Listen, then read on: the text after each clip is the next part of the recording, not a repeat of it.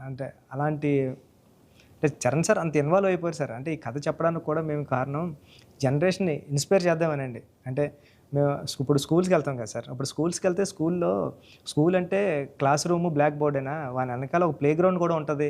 దాని ఎనకాల అని చెప్పడానికి ట్రై చేసాం సార్ ఇద్దరం. అంటే ఆట స్థలం అంటే అమ్మ కడుపులో ఉన్న 9 మంత్సే ఆడుకోవడానికి ఉంటుంది గ్రౌండు. బయటకొచ్చిన తర్వాత స్కూల్‌లో పిల్లలకి ఇప్పుడు చూస్తాం సార్. ఏ స్కూల్‌కి గ్రౌండ్ ఉంది సార్? బిల్డింగ్స్ ఉంటున్నాయి అంతండి. అది చెప్పడానికి ఇన్‌స్పైర్ చేద్దాం ఏదో మంచి మాట చెప్పి అంటే ముఖ్యంగా ఈ కార్పొరేట్ అవును ఎడ్యుకేషన్ సార్. సిస్టమ్ వచ్చేసిన తర్వాత ఆ! సార్. అండ్ ఎంతసేపటికి మార్కులు అనే దీంట్లో ఇంకా అసలు ఫిజికల్ యాక్టివిటీ లేకుండా పోతుంది.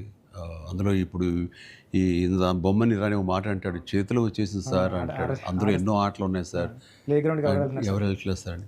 కానీ ప్రభుత్వాలు ఇప్పుడు మీరు అన్నటువంటి ఈ పరిస్థితి ఒకప్పుడు ఉండేది కానీ ఇప్పుడు రాను రాను బెటర్ అవుతుందన్నది అవును సార్. ఇప్పుడు ఇది. చాలా బాగుంది సార్ ఇప్పుడు. బట్ ఇంతకంటే ఇంకా గట్టిగా రావాలంటే మీరు ఇచ్చినటువంటి సలహా పెద్ద సినిమాలో ప్రభుత్వాలు సహకరించాలి, సర్కారు వాళ్ళు ముందుకు రావాలి. కాబట్టి ఈ సినిమా ఒక అవేర్నెస్ తీస్తుంది, ఒక ఎడ్యుకేషనల్ ఫిలిం పెద్ది, ఒక ఇన్స్పైరింగ్ కంటెంట్ ఉన్న సినిమా పెద్ది.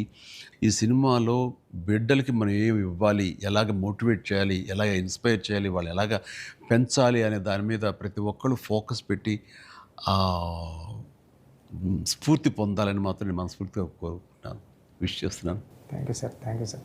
నేను సినిమా చూస్తూ ఏఆర్ రెహమాన్ గారి కంట్రిబ్యూషన్ ఎలా ఉందని చూడటంలో సౌండ్ని పెర్ఫెక్ట్గా వాడుకుంటారండి. అంటే ఆర్ఆర్ అంటే ఓన్లీ ఇంకా ఊగదంపులు కొట్టేసి ఎలివేషన్స్ కొట్టేసి ఆ రకంగా కొంచెం ఒరవడి ఇప్పుడు కొనసాగుతున్నా కొన్ని చోట చెల్లుతుంది.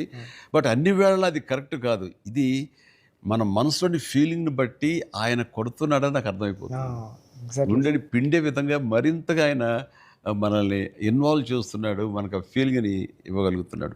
పెద్దిలో పరిపూర్ణమైన న్యాయం చేశాడు. అవును సార్. చాలా. చెప్పాలంటే ఆయన మెయిన్ పిల్లర్గా అనుకోవచ్చు మనం. మెట్టే పైన ఎక్కించారు సార్ ఆయన. మీరు అనుకోని మీ కంటెంట్ ఆయన అవును సార్. ఎక్కువ లేపారు ఆయన. సార్ అంటే హీరో ఉండి ఎలివేషన్ ఇవ్వడం వేరు సార్. నేనేమనుకున్నానంటే చరణ్ గారు లేకుండా చరణ్ గారు స్టాచ్యూ చూపించి ఎలివేషన్ ఇద్దారనుకున్నాను సార్. అది అది అక్కడ కూడా రెహమాన్ గారు అలా లేపారు సార్. లేపారు. మామూలు కాదు సార్. చాలా ఉంది. సార్. అండ్ పైగా ఇది అఫ్కోర్స్ మీరు ఇంటర్వ్యూస్ మీరు అన్నారు రెహమాన్ని ఎలా ఫస్ట్లో ఒప్పించావని చరణ్ చెప్తుంటేను అక్కడికి వెళ్ళాడు బాడీ లాంగ్వేజ్ బట్టిను ఎవరైనా సరే అది. బట్ ఎవరికైనా సరే నువ్వు చెప్పే కంటెంట్ ఉంది, అది మెయిన్. కొంచెం విజ్ఞత, కొంచెం అవగాహన,